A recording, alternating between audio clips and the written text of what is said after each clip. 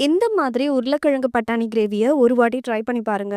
சப்பாத்தி, பூரிக்கெல்லாம் செம்ம காம்பினேஷனா இருக்குங்க. உங்க மார்னிங் ரஷ்ல இந்த ரெசிபிய ரொம்ப ஈஸி அண்ட் சிம்பிளா பண்ணிடலாம். எப்படி பண்ணலாம்னு சொல்லிட்டு பார்க்கலாம் வாங்க. கடாயில எண்ணெய் ஊத்திக்கோங்க. பட்டை, கிராம்பு, ஏலக்காய், வெங்காயம் சேர்த்து வதக்கிக்கோங்க. கூடவே 1 டீஸ்பூன் இஞ்சி பூண்டு பேஸ்ட் சேர்த்து வதக்கிக்கோங்க. ஒரு தக்காளிய சேர்த்து நல்லா மிக்ஸ் பண்ணி விட்டுருங்க. மசாலா சிம்பிள் தாங்க. மஞ்சத்தூள், மிளகாத்தூள், மல்லித்தூள் அவ்வளோதான். உப்பு சேர்த்துக்கோங்க. நல்லா கலந்து குடுத்துருங்க. பட்டாணி 1/2 கப் நான் உரிச்சு இது கூட சேர்த்துக்கிட்டேன். நல்லா மிக்ஸ் பண்ணி விட்டுருங்க. 2 பெரிய உருளைக்கிழங்க வேக வச்சு கட் பண்ணி சேர்த்துருக்கேன்.